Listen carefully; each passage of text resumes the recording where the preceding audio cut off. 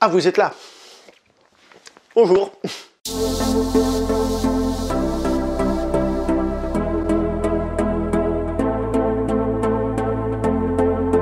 Bonjour et bienvenue à toi pour cette nouvelle critique en post-projection, même si c'est pas tout à fait une critique en post-projection, parce que le film je l'ai vu il y a un petit moment, puis j'avais pas spécialement envie de faire une critique parce que j'étais pas sûr d'avoir tout compris au film, même si j'ai une interprétation personnelle, j'étais pas certain. Et à force de voir des critiques sur le net avec lesquelles j'étais pas tout à fait d'accord, et aussi parce que j'ai reçu des messages me demandant de faire une critique. Alors quand je dis j'ai reçu des messages, c'est par rapport à la petite communauté que nous formons, c'est-à-dire j'en ai reçu deux, hein, un pote qui m'a demandé oralement, et puis un message que j'ai reçu privé, hein, c'est tout. Hein. Donc je me suis dit qu'il serait quand même intéressant de faire une petite chronique, petite critique sur ce film. C'est parti. Alors, comme d'habitude, je commence par donner une note à ce film, et moi je vais lui donner la note de 6 sur 10. 6 sur 10 parce que pour moi c'est pas un mauvais film. C'est même un film intéressant, mais c'est pas un film parfait. Donc cette critique sera un petit peu particulière par rapport à celle que je fais d'habitude, parce que je vais dire d'abord des généralités, et après je vais faire une partie spoiler qui sera plus une partie interprétation personnelle, mais pour ceux qui n'auraient pas vu le film, ce serait bien de l'éviter quand même.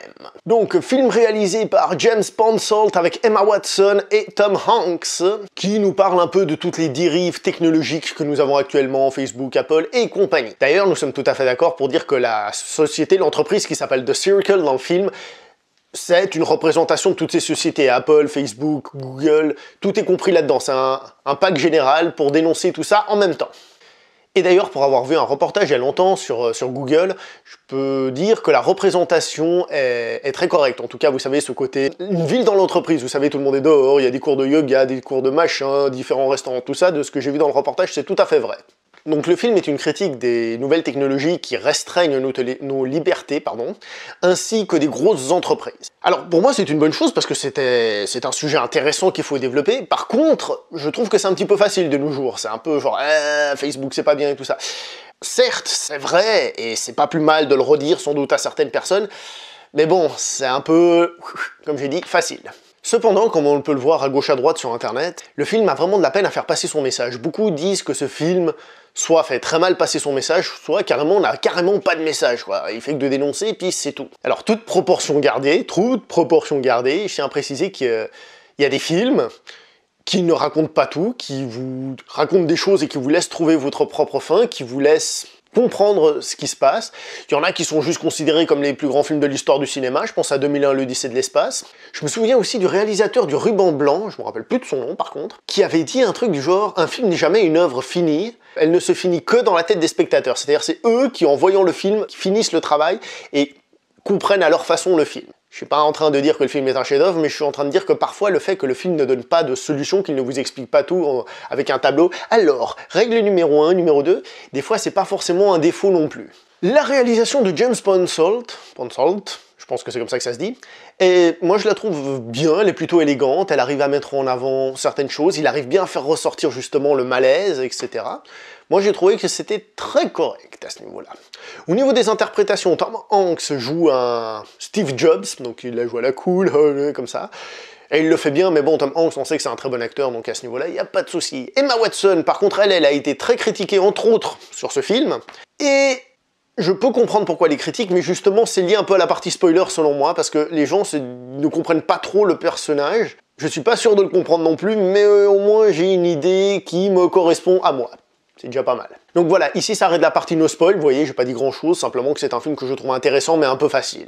Et qu'il faut vous faire votre interprétation du message du film qui, selon moi, ne vous la crache pas directement à la figure. Dans la partie spoil, comme j'ai dit, je vais donner mon avis, c'est subjectif, c'est ce que j'ai cru comprendre en regardant le film, ce n'est pas la vérité absolue. Donc d'abord, le film est une critique des grosses entreprises, des grosses boîtes, comme j'ai dit, Apple, Facebook, Google.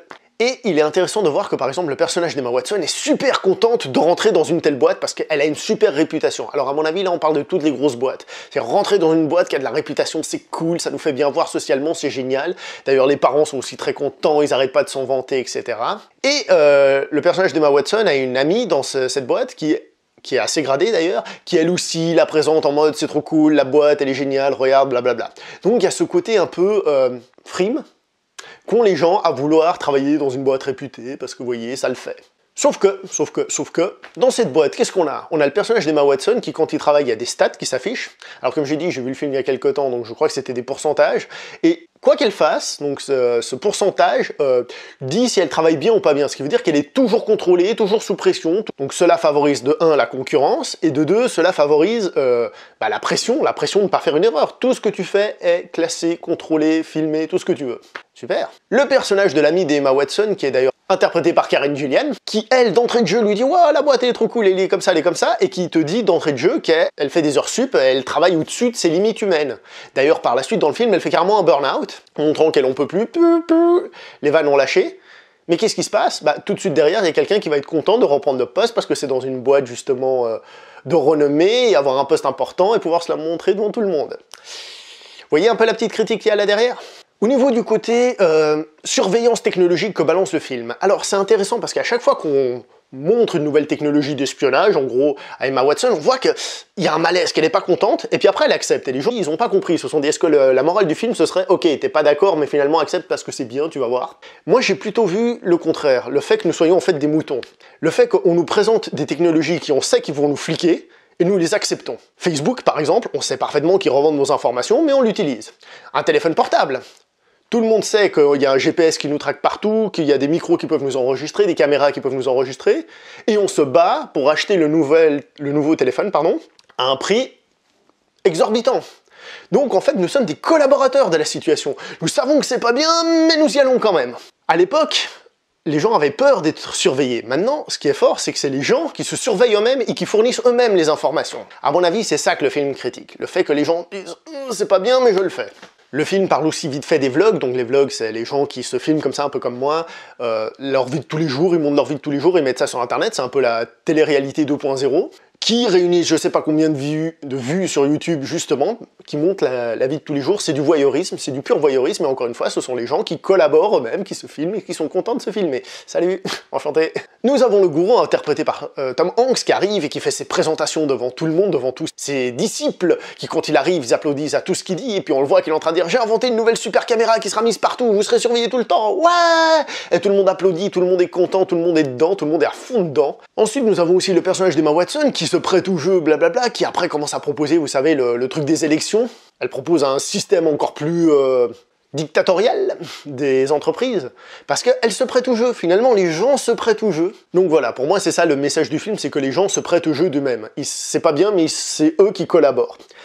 Alors, le message du film n'est pas bien passé, c'est sûr, il y a qu'à voir la plupart des gens qui disent que le film est vide, que le film ne raconte rien.